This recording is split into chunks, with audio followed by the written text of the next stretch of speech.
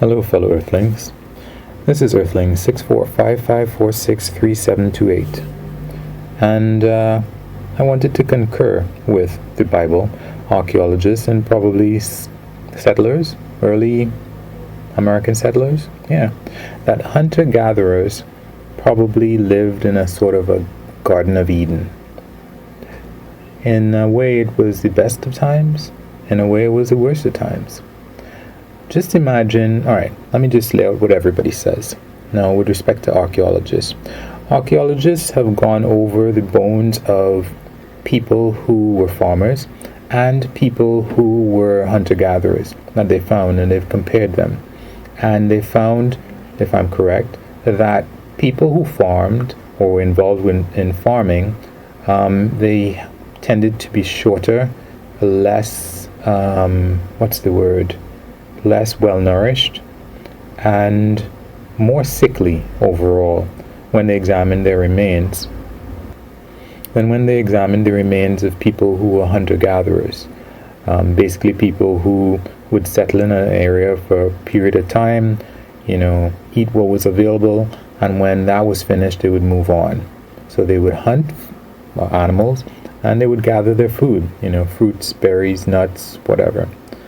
So, that's with respect to archaeologists. With respect to, let's say, settlers in America, the American settlers, if you go looking, you'll find out that sometimes the Indians would, let's say, wage war with the settlers, and they would kidnap some people. They'd kidnap women, they might kidnap young people, and at some point, there would be an exchange. The settlers would try to exchange for the kidnapped colonists in early America. And what they found was that a large number of these people who were given back, like the Native Americans gave them back to the settlers and said, here, and they got some of their people back, or they got something in return. The people would want to escape and go back to live with the Native Americans. As a matter of fact, I think there's a complaint. They said Native Americans who, for one reason or another, grew up with the settlers, once they met and spent time with their relatives, Native Americans, they never came back. Like, they grew up in these settlements in America as, and they never wanted to come back.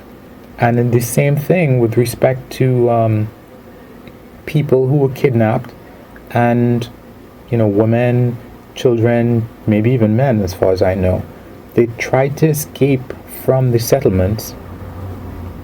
They tried to escape from being ransomed to go back and live with their captors in many instances.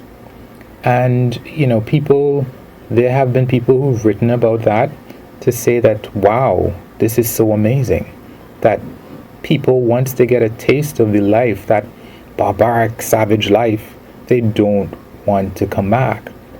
Now, a lot of the Native Americans were farmers, but a few of them, I think, were still hunter-gatherers, especially people who might, follow the buffalo and so on.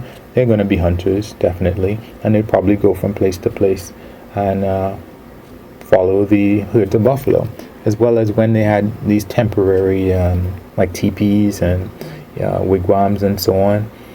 These were temporary things that they would carry from place to place as they followed the buffalo.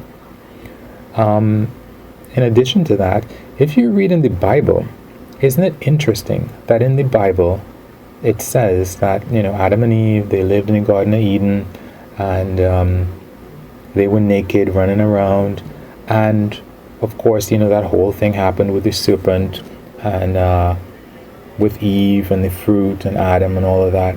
And God threw them out of the Garden of Eden, where we presume they never farmed, they never, domesticated any animals. They just went from whatever tree and ate whatever they wanted, right? Isn't that what God said?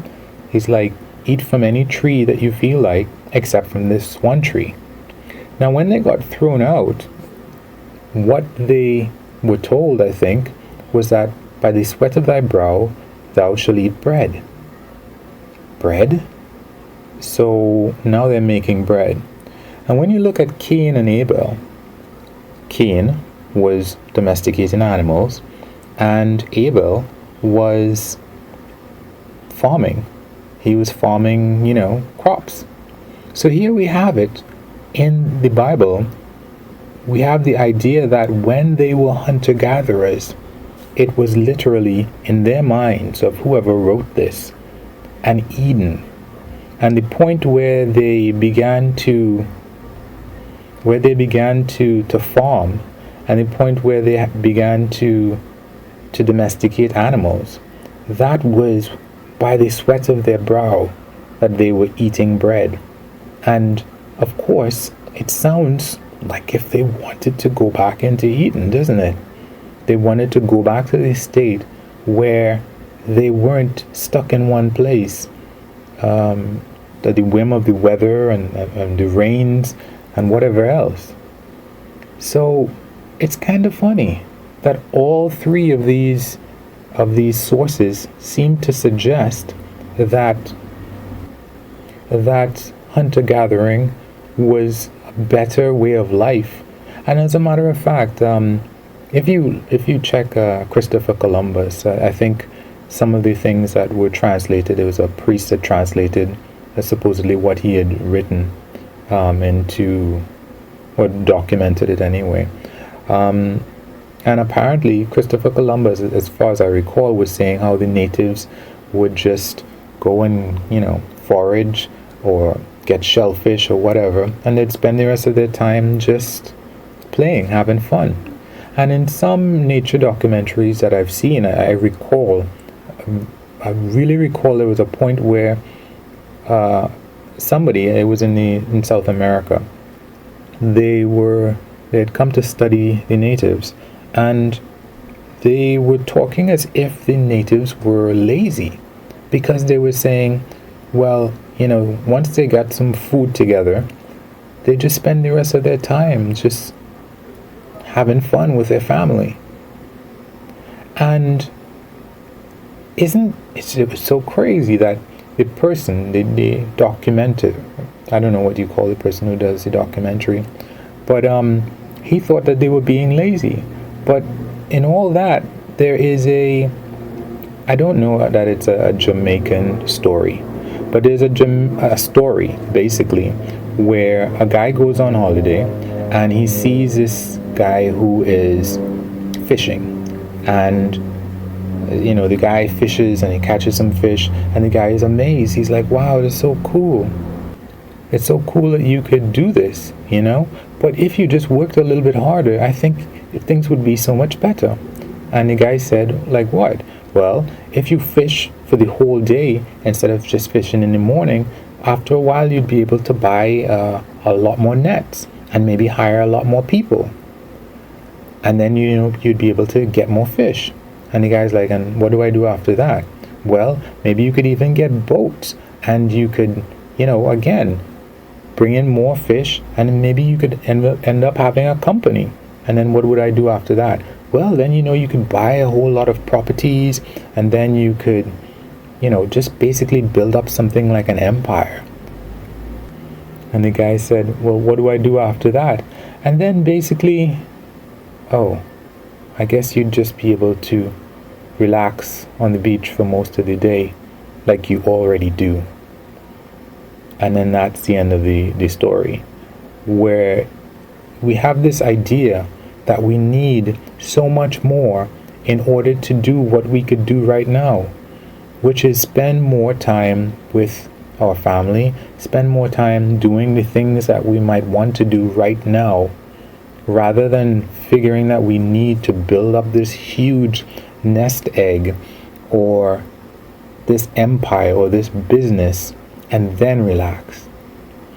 I don't know that, there's so many stories that some of them don't make sense, some of them do make sense.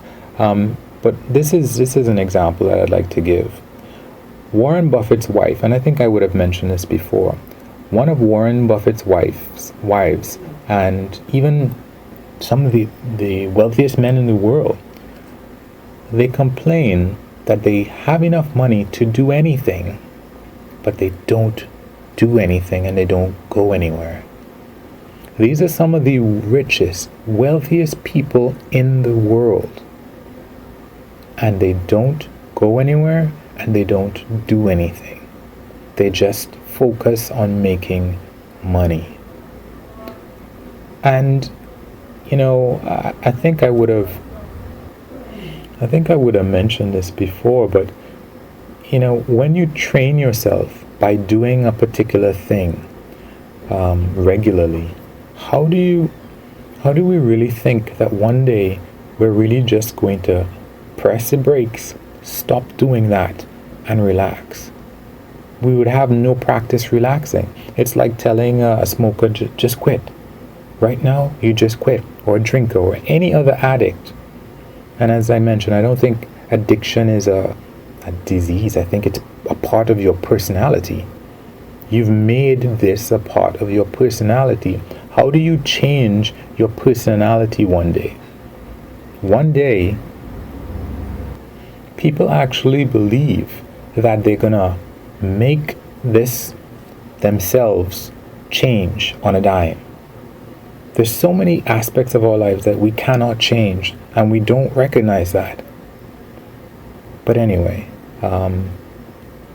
as usual, guys, you can wish me lucks, you can like or unlike, and I'd really like if you comment and say why you like or you don't like. Give me some feedback with respect to that. You can subscribe and or share. So wish me lucks. Thanks. Peace.